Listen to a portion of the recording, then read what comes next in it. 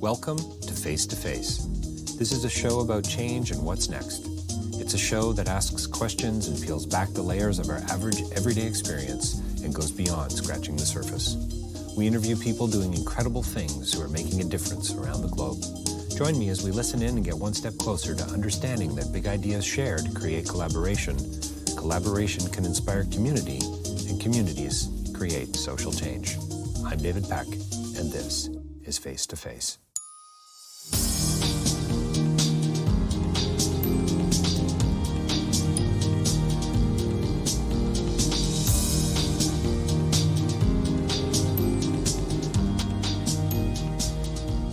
So my next interview was at the Toronto International Film Festival 2019 and was a real treat for me. It was a thrill on a variety of levels. It was an engaging and important conversation, I think, about the new film, Hearts and Bones. And I think you're going to want to listen to this interview. And I think more importantly, you're going to want to see this film.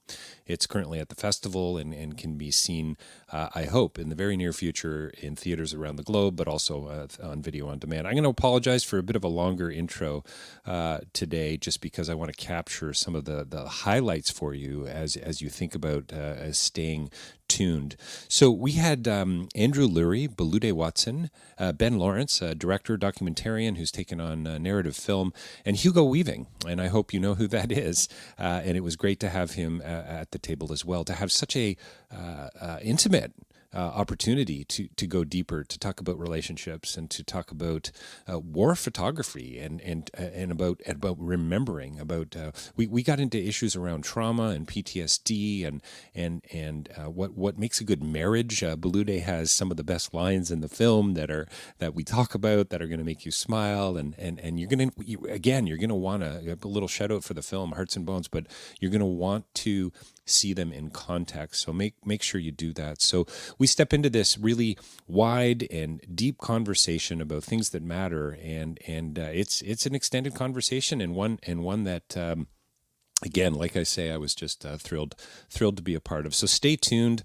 Hearts and Bones coming right up. Can you tell there's a little bit of excitement here in my voice? So I hope that's got you interested, and you're don't touch that dial, for crying out loud. Leave it alone. We don't have any dials anymore, I suppose. But anyway, stay tuned. Coming right up. Hugo Weaving, Bolude Watson, Andrew Luri, and Ben Lawrence coming right up. And don't forget, davidpecklive.com for more information about my writing, and you can pick up a copy of my book, Real Change is Incremental there. I would love for you to do that. If you want to book me as a speaker, that's the place to do it at, or to maybe even book a podcast. But also face2facelive.ca. So many podcasts there. We've picked up some really interesting interviews this year at TIFF, and some new filmmakers coming out, and some foreign filmmakers, and some stuff that you're going to want to engage with. So stay tuned for that. If you want to advertise with Face2Face, you can do that. You can do that online, banner ads in our email. And by the way, sign up for our email list. Please share it with others. Get the word on the street about Face2Face. It's growing, and we're excited about that, and I want it to grow more. And if you want to become a part of it in any way, you can actually support us financially through Patreon. And if you can't do that, please leave a review for us on one of your favorite usual digital suspects, Spotify, iTunes. It really is helpful in getting the word on the street. And then the other platform where I appear, I'm very proud of, rabble.ca, news for the rest of us, alternative media, bloggers, podcasters, writers, journalists, people talking about issues that matter, much like what you're going to hear in today's interview. Hugo Weaving, Andrew Luri, Bolude Watson, Ben Lawrence coming right up, talking about their new brilliant, touching, thoughtful, and important film, Hearts and Bones. Well, welcome to Face2Face. We are joined by, actually, it's my largest interview at the TIFF this year, TIFF 2019, here somewhere in Toronto. We're on a 48th floor of some building looking out over the lake, beautiful view. I'm here with Bolude Watson, Hugo Weaving, Andrew Lurie, and Ben Lawrence. I almost called you Benjamin Franklin, and I'm apologizing for that. Yeah, there's some wisdom there, right? Yeah. So thank you for coming, and congratulations on a remarkable film, touching, engaging, layered, subtle and nuanced. There's so much going on in this film. Your performances, Bolude and Andrew, are just astounding, and Hugo as well. It just it spoke to me on a lot of levels. All my listeners know, or most of my listeners know, I work in international development, and so I was drawn in just from reading the synopsis, frankly. So thanks for coming, and congrats. And I think you should just tell us a little bit about the standing ovation that you guys got last night. Oh, look, it was a wonderful reception. I mean, it's always a little bit of trepidation coming to another audience overseas. We'd shown the film in Australia, and we didn't know how it was going to go. But I always hoped that it was going to be received well, particularly in a city that is, I feel, so similar to Sydney. Sydney's such a big character in the film, but this story could play out anywhere. You know, there's refugees everywhere, war photographers virtually live everywhere, certainly in the major centres. And it was this story for me that had been brewing for a long time, and it could have been London. Who knows where it could have been set. So to get that reception, a standing ovation last night in Toronto, felt right, but it was so special, and I'll always remember. World premiere, yes.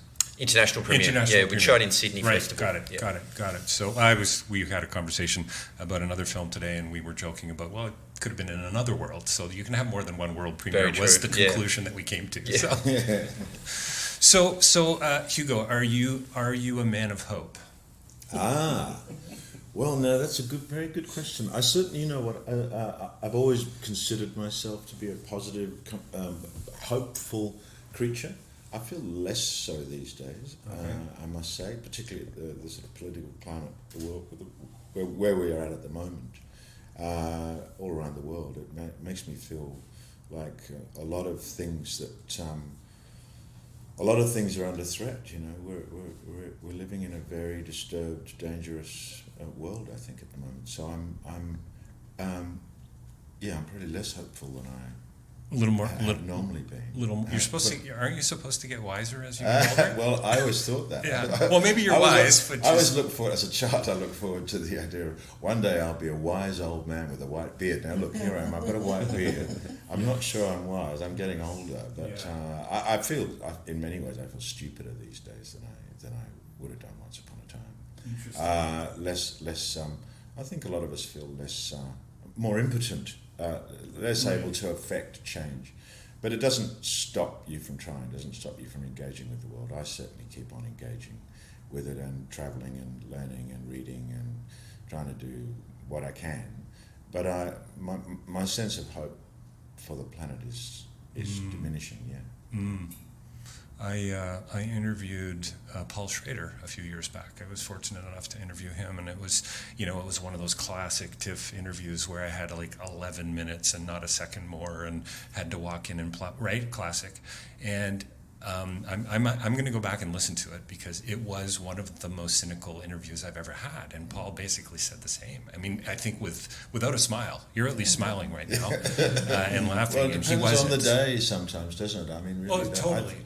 We were talking last night to Kleber Mendoza Filho, who directed Bacurau, which is a wonderful film, actually screened here last night at TIFF, and he's an extraordinary filmmaker.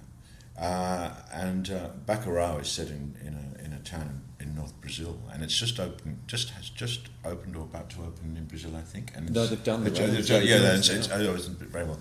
But he's massively pessimistic about the world because of where he comes from and what's happening in Brazil at the moment, and what's happening in the Amazon. And this film speaks massively to Brazil, but to the whole world.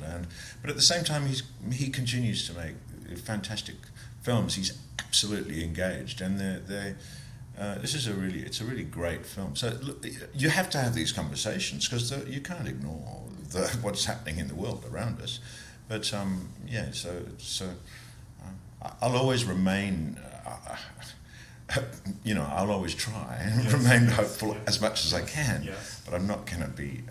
I'm not going to be blind to the realities. You're going to be joining a choir, Voices of Hope, anytime soon. Bolude, you got in my opinion, one of the best lines of the film. I can't help if I know what's best for everyone. It's just so wonderful. I love that you wrote such a strong female character into the film, and you just exude that as well, like borderline pushing your husband around, but not quite, you know, in a really charming, loving kind of way. And I love the tenderness too, Andrew, between the two of you, and how you insist that your hair has to be cut or shaved, I guess, by your wife. Tell me about you. Talk about you as an actress, but also the role that strong presence. Was that something that you got out of bed thinking about, or is that just you, Bolude? No, you know, when I got the script, I think for me what drew me to Anishka was just and I'm still discovering things about Anishka. That's hilarious. Love it. And the film lives on. Exactly. When I first got it, I fell in love with her power, her strength. I felt that she, just jumping off the page, she had this quiet strength is what I called it. It was not completely in your face, but you could feel it. You could definitely feel it when she speaks and the way she walks. But what I didn't see coming was her humor. I didn't see that she was that funny, and so there's a whole lot of tongue in cheek. There is. And another favorite line is the Scarlett O'Hara joke. And that got a big laugh in the theater. In Sydney too, it got a lot of nice. So that was a pleasant surprise. I think I'm not as confident as Anishka, and I think that's why I love her, because she inspires me, and playing her made me feel that I want to be more like her. I want to still have this sense of, even regardless of what the world's doing and what they're saying to me and bombarded with, whether it's negative messages, having that quiet strength within me, and knowing that within me is the quiet storm where I can tell the world that this is who I am. It's not what you say. And that was one of the beautiful things about Anishka. With the hijab, it's a powerful statement. Just wearing that, you get judged and you get perceived in ways that may not necessarily be true. But she knows herself, and she knows she's not going to let society or her husband sometimes walk all over her. And especially in these times. I have a baby to take care of, and a 12-hour shift. Come on, right? It's a good thing. None of us have to have children, right? I mean, it's cliche, but there's a whole lot of truth in that. There is. And not just the 12-hour workday. She's a mom, and that's a job that never ends. You know, it's a job that, and you don't get paid for that. That's right. You know, it's a job that you love to do, but it has a lot of. It's a different kind of payroll. It's a different. This is Bolude speaking. Bolude has her child here with us. Oh, nice! Yes. Oh, fantastic.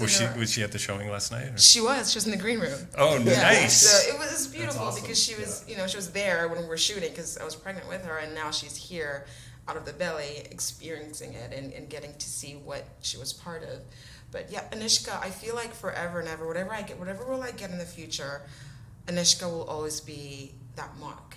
She'll always be that level. Like an aspirational kind of character almost. I really like that. I love the fact that you said you're still learning. I mean, great art, layered. It speaks to you later, raises questions. You go back a second and a third viewing. How can you not with a serious film? I mean, I'm always stunned by people who say they don't see value in watching a movie a second time. Well, wouldn't you read a book a second time? Wouldn't you have another conversation about the same issue another time? And anyway, that's a whole. I was saying to Andrew that I've now seen this film, I think 4 times in the last as many weeks. Hearts and Bones. Yeah, just at various openings, and it keeps growing on me. Yes. It actually affects me each time, and I'm staggered by Ben's ability to allow the natural world into each frame, to allow characters to breathe within a scene, to allow all those truthful complexities to be to appear to be there in people's faces, to allow someone who's not speaking, we can read their thoughts. So all of those aspects of the film will necessarily maintain your interest in it on repeated viewings, because you're going to be reading different things into each moment. And I think that's a real strength that the film has. It actually does keep growing on you even after the first viewing. I think it's a beautiful comment too on just the collaborative nature of filmmaking, but kind of the community-like nature of filmmaking.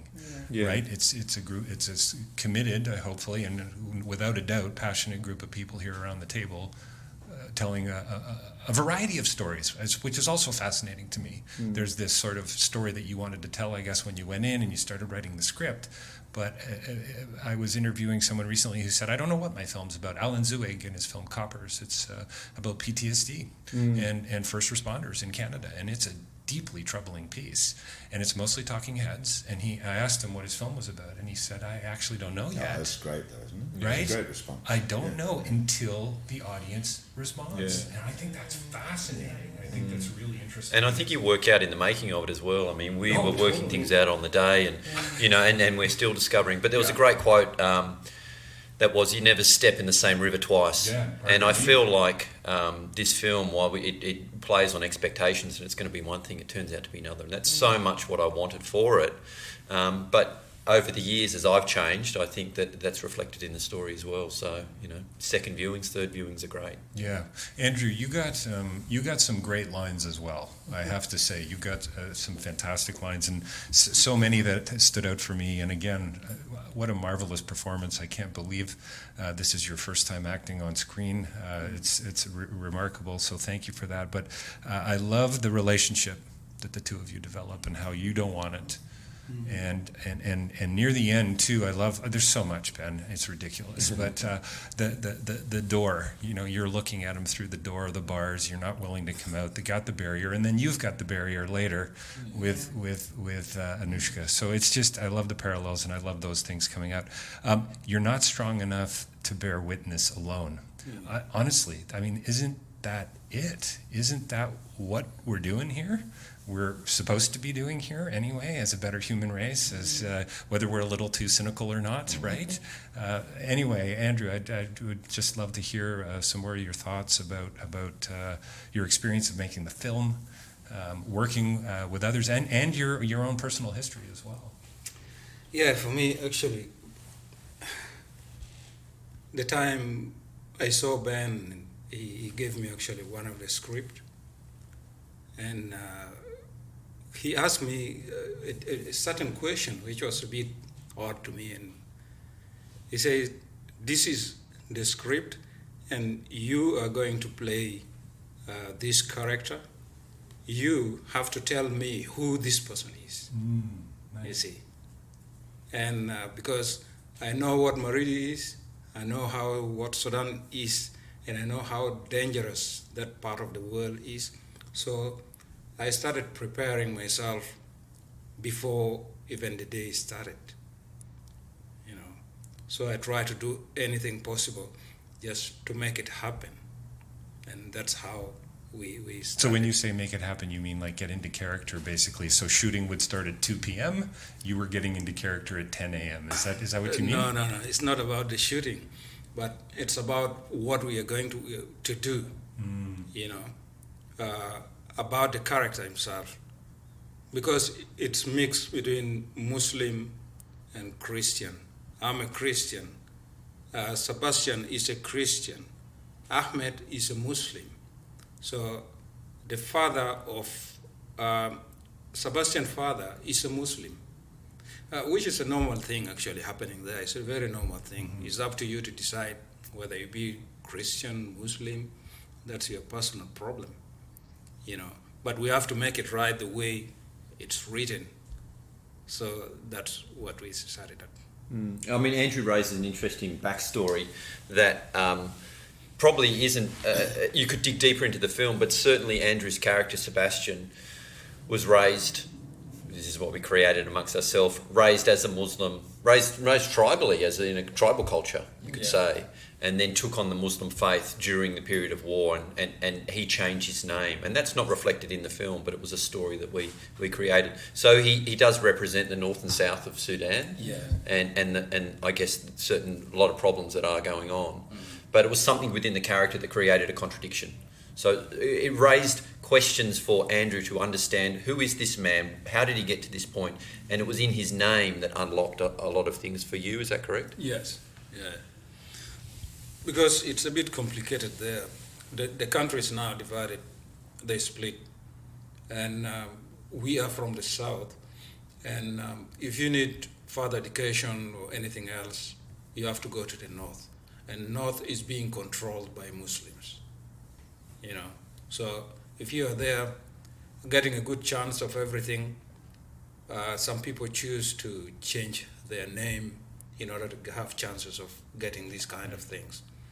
But stronger people remain like that with their faith, you know. So, like, I'm one of them. Just remain with my name like that, and it would be till death. What is it about this? You're the infidel, right? You're the infidel, right? What's with Ben? You're the humanitarian, I suppose, in a sense. Amnesty I hear about last night. We're all humanitarians in our own way, I suppose. But working with Amnesty, what's with the division? Why not similarity through difference? Is that a fair? Well, no, there certainly is. It's more about contradiction and seeing people who you think you know you understand. Right. And Ishka's a great example of that. Well, and Sebastian too. Doesn't he say, "I don't want you to exhibit the photos because people will judge." Right? You mentioned it as well earlier. People will judge and they don't take the time to understand. Yeah. No, that's right. And I think that when you see a character, when we first introduce them, you think something about, you think you know them. And I think once Anishka opens her mouth and says something, you go, hang on, that's not what I expect you would say. You know, you have the Gone with the Wind reference. Yeah. And I think that surprises people. There's a humour in that because they think they know you. Yeah. And I think that's what I was hoping to create, that through that contradiction, that unexpected comment or something like that would create an empathy to go, oh, hang on, I've got to adjust myself now. This person is more dimensional. This person is not what I think. And so the film plays on that, and I hope that for that reason the characters evolve through that. And maybe there's a little shift, and when you walk out in the street you think, okay, well, maybe that person's going to have a deeper, a different life to what I judge them to be. So it's in that I think that hopefully the film becomes interesting. For me, you know, I've said I taught international development for years at Humber College in Toronto, and one of the things I would say to my students, 3 things you need to be a good development worker. You need to listen, and the third thing, you need to listen. And this film is about listening. This is about listening to others and hearing, you know, the infidels in the room and the Muslims in the room and the Christians and the choirs and the man who's working too many jobs, who's tenacious and probably offending the fatah. Like, it's just so. When you said it's a bit complicated earlier about Sudan, I just like that's the understatement of the world, right? It's so hard to listen. I don't know why. I mean, as a parent and a husband, it continues to perplex me. And there are at least 2 key moments in the film, where characters within the film have just listened to a statement, and something in them is massively changed. There's a wonderful moment that Haley has. Haley plays my part, the other female character who's not sitting here around the table, the wife of my character. And she's been hearing Bolude's character talking about the whole nature of photographing people in their moments of greatest weakness and then displaying those photographs. And the impact that has on Haley's character is so profound, so that listening that she's had to listen to this statement, and it's awakened something in her that she's just been unaware of beforehand. And similarly for my character as well, Haley says something to him about how often have you put your life at risk without asking me, and you sense that is something he's never thought of before. Right.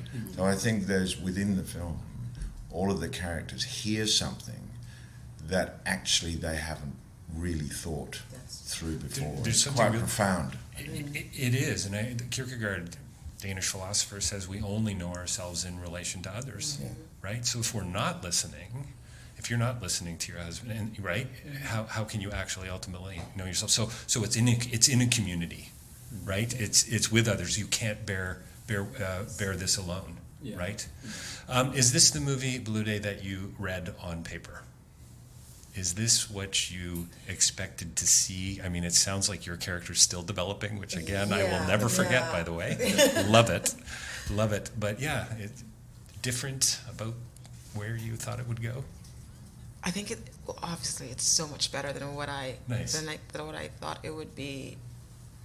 it's just so much better. And I find myself sometimes just replaying it in my head and thinking, and I try not to think of what I would do better, because that's just not helpful or effective or productive. But I find myself rediscovering not just Anishka, but rediscovering myself through Anishka's eyes. I don't know if that makes any sense. And I think it's because I did go in to your point of listening. I went in thinking Anishka was one way and one a certain way, and I came out seeing her in a completely different light, and that in turn helped me see myself in a different light, in a different light. Yeah, I'm hoping that makes sense. Yeah, I think so. So yeah, So sort of self-realization within the moment. So yeah, I did see it going one way, but what I saw yesterday was worlds better. Was that the first time you'd seen the? So technically, yes. The first time in Sydney, I had to leave because my daughter was crying, so I was out of the theater for a good hour.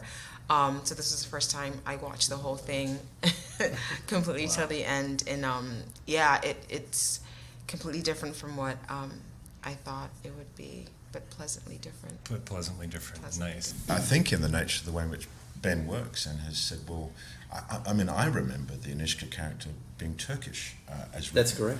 And probably that might have been the character you first read. So just on that level, very major level actually, but on the major difference between the way you would initially read that character and what Bolude has brought to it. So it means that that Ben will shift the character to incorporate a better idea, a better version of that character because of this particular actor who presents herself, Bolude.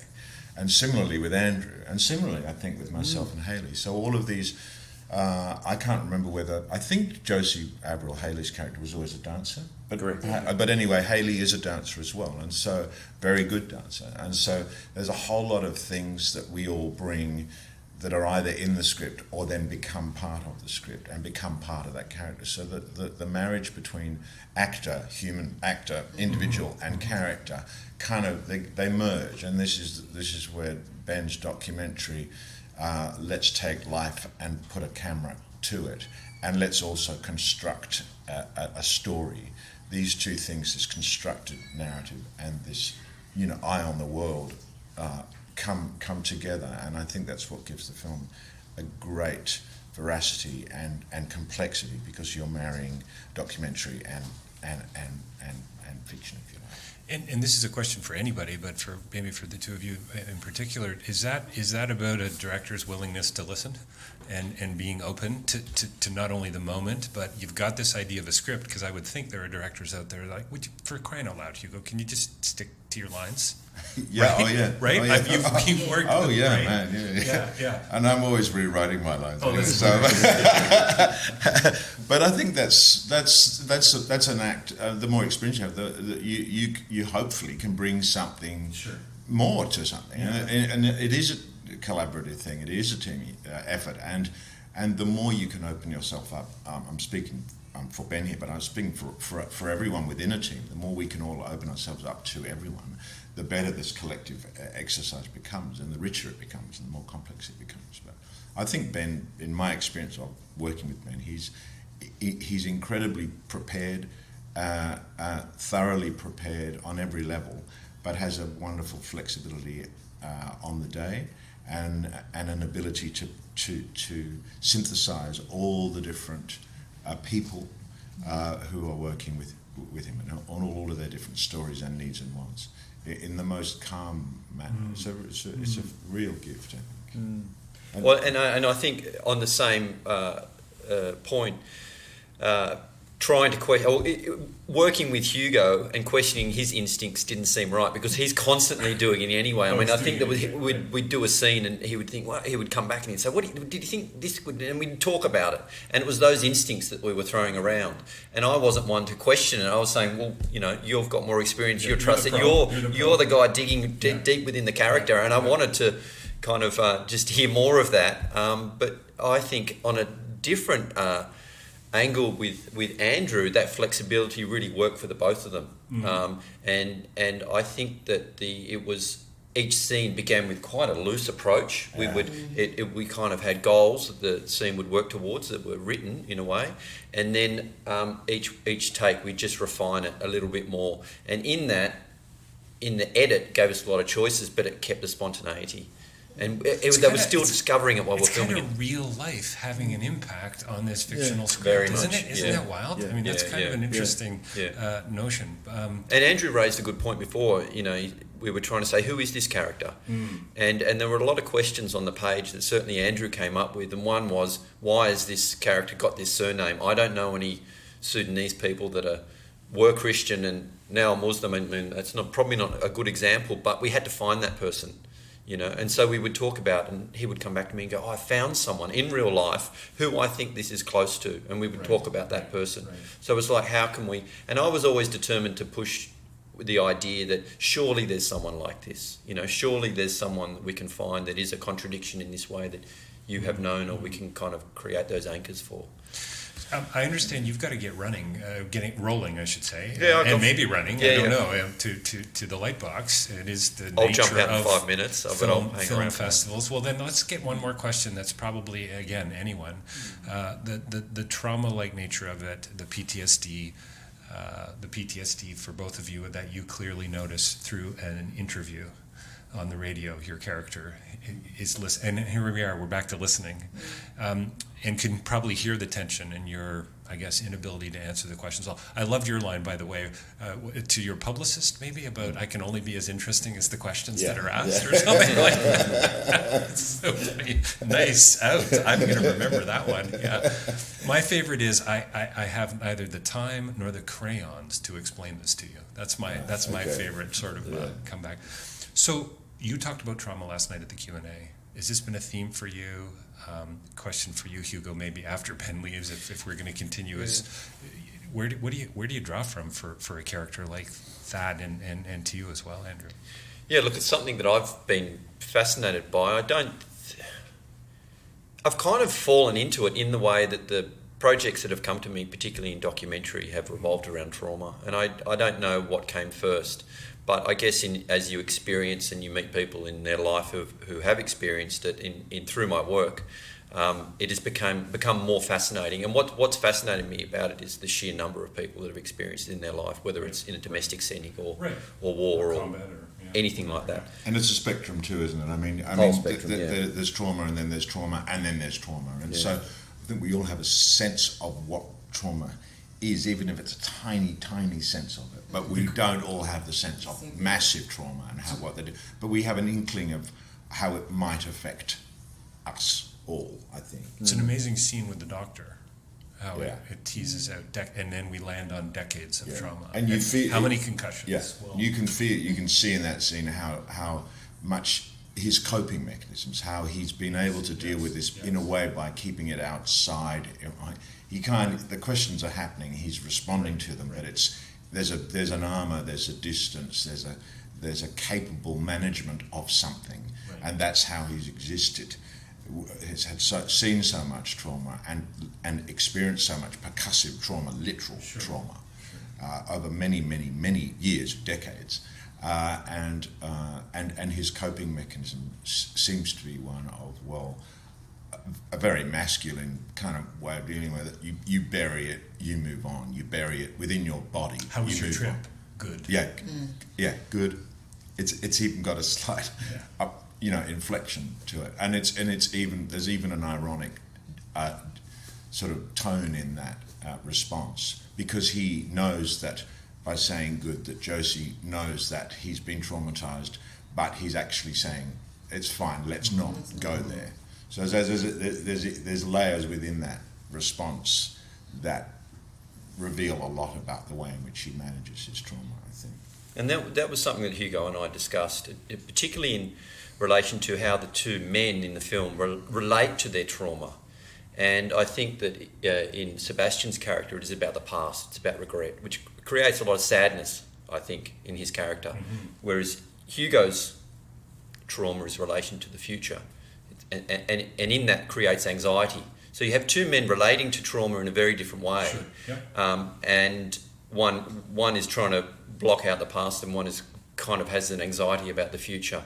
And I think in that, and that's where the two men kind of come together and help themselves. But it was certainly something that we talked about early on in trying to capture that, so other people can relate to that in their life. And also there's vicarious trauma, in which if you spend time with someone who has severe trauma or any level of trauma, you yourself start to absorb all the characters are traumatised in that way, all of them. I mean, certainly all of our choir, you can just see in that wonderful scene where they're all introducing themselves. Just that simple line, I'm so-and-so and I'm from such and such. All of their trauma is somehow either revealed or sat upon. Yeah. But it's there, you can see it. You have to go. Yeah. I do, thank you for having me. Should we give you a round of applause? Yeah, thank you. Well done, Dan. Now, speaking of a trauma, because in Cairo, I worked with lawyers, and we write people case, and they present it to the UN, and I got to know a lot of stories that people have, things that they went through. Particularly, there was one of the story that it was so hard to bear, and the interviewer from UN began crying. She was crying. They were all crying with the case owner. So they went out. They had a drink of coffee and tea. Came back again, and he was given money. Still not enough. So there were so many things, because his story was very different. And he said he doesn't have anyone on earth, because there was a woman who went through adultery. He had children with that man, and he went through adultery. And that man realized, and they were divorced. She didn't have anywhere to go, and that child was born to nobody, and that new husband rejected her, and that child is him. And this guy actually, when he came to the church, when in Khartoum, he came to my house, so we kept him in the house. He's well educated and everything, but he doesn't have anybody anywhere. And his mother died because of that pain.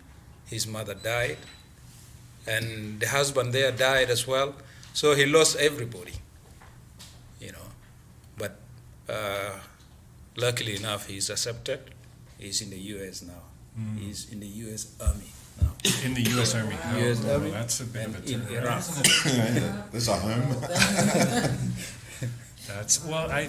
It's interesting. I don't know if this is. I don't think this is too thin of a connection, but I think I referred to this before the recorder was going. But one of my, and maybe before you were here, Bolude, but one of my favorite moments, so many in the film, is when you're suffering a nightmare, Hugo, and you lean over and turn on the light, and there's a Post-it note, and the word home. I thought, as you were talking about this man, I just thought, and then your theme of land, and you not wanting any land. Wanting to live in there's just, again, back to so many layers. Isn't it about finding a place to be, to feel at home, to be at home, and home really, and it's kind of fun that we're sitting around a kitchen table here right now, isn't it? Yeah. The metaphor. Well, it's so true for Andrew's character, that sense of, what's that wonderful line about, one day we will have a place where we will, I can't remember. Begin a life. We'll begin. Live the life that we, Yes. that we can live, Yes. and it's a future aspiration. Yeah. Dan's thing is home, because he travels from one war zone to another. From he's in South Sudan, he's in Syria, he's in Afghanistan, he's in wherever he is in Iraq, and he's being traumatized in all those areas. Every night. He's having nightmares. We see him waking up from a number of times. He's shocked out of sleep, and that reminder, that Post-it note home, that reminder, something will bring him back to where he is now, somehow so he can hold on to something. But yeah, so yeah, I think home is critically important for all of them. The home renovation. Let's go to the home renovations, and we're probably going to have to wrap up in a couple of minutes here. But if Ben had been here, I would have asked him the question about the carpet. Was that in the script? The ripping up of the carpet. What a beautiful moment. I mean, I was there with you guys. Like, honestly, it was beautiful. The commitment to just rip the hell out of this stuff that's old and needs to go, and it's time for the new, and the bugs, and then the washing. Another great line, the miracle of running water. Beautiful line. Great. Such a great line, right? So it's And there they both are bathing themselves. That's right. It's running over their heads. Yeah, It's quite beautiful. it's lovely. Yeah. So I get. You know what, Bolude? Let's go back to the aspiration. Can we go back to that hope? Because ultimately, this is a film about hope, right? I mean, it's a dark film. There's dark moments in the film. How's that? It's not a dark film. It's a very hopeful film, and it's a layered film, and it's about empathy for others, and it's about listening and so on. And you're a new mom, fairly new mom. Second time, I've got a 3-year-old. Okay, yeah, and I know that being a dad has. I've got a 14-year-old and an 11-year-old has made me so much more present, and I'm horrible at being present. You know, I'm always in the next moment and so on. And I think that's certainly a theme of being at home. Can you chat a little bit about that in relation to where you're heading aspirationally? What's next, maybe? And that could be a nice way to tie up the loose ends. You clearly, Andrew, have a career ahead of you, so giddy up or buckle up, I guess that might be the phrase. Yeah. And I'd love to hear where Hugo's going to. You know, I just want to do more films like this that they make a difference, and I feel like I've come to the point where it's no longer. This is why I love film. This is just why I love film. It literally can change the world. It does. It transforms lives, and it can make a difference if you let it. And that's why I want to do more, because now that I've got kids, for me it's also about leaving or creating a legacy, and teaching them about leaving the world a better place than they left it, you know? And I know that sounds very corny and probably cliche, but it's really true. I do want to leave a mark, and hopefully create work that touches people, and that reveals that at the end of the day, it really doesn't matter whether you're from South Sudan or from Australia or Kenya or America. We all want the same thing. We want a home.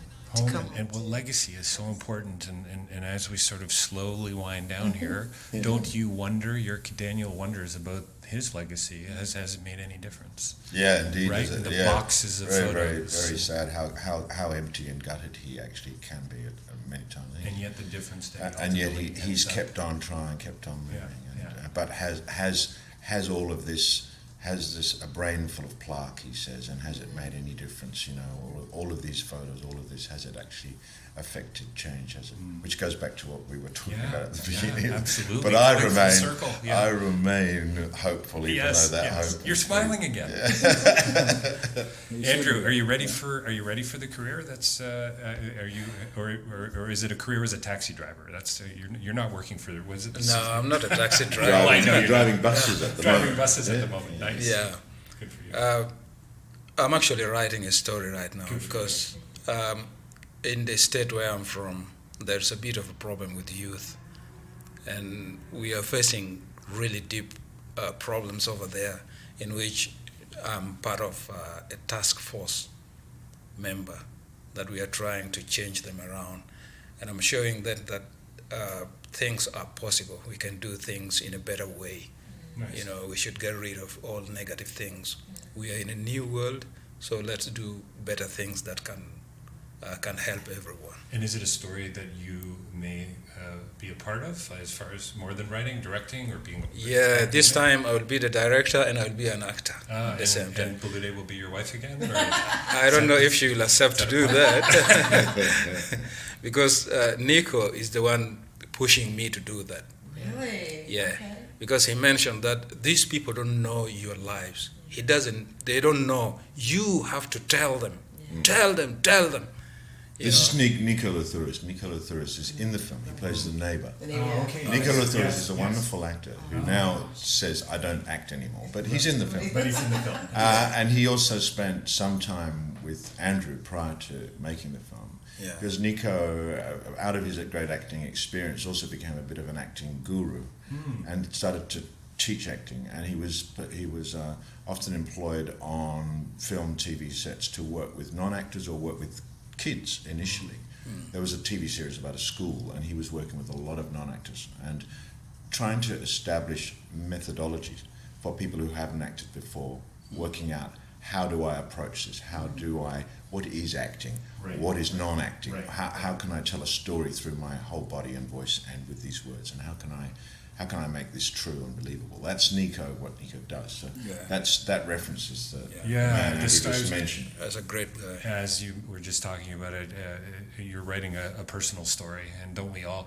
I mean, I think I realized a few years ago you could fly anywhere in the world with a camera, parachute in, and begin making a film. Yeah. You really could, and isn't that amazing? And I love your hope and aspiration, and I'm glad you're still hopeful, Hugo. And I'm hopeful for you, Andrew, in your film. And we've been talking about Hearts and Bones today at the Toronto International Film Festival, and I knew it. I feel like we barely started, and we're 40 minutes in. Hugo Weaving, Ben Lawrence, Andrew Luri, and Bolude Watson. Thank you so much for joining me today. Thank you so much. Thank you.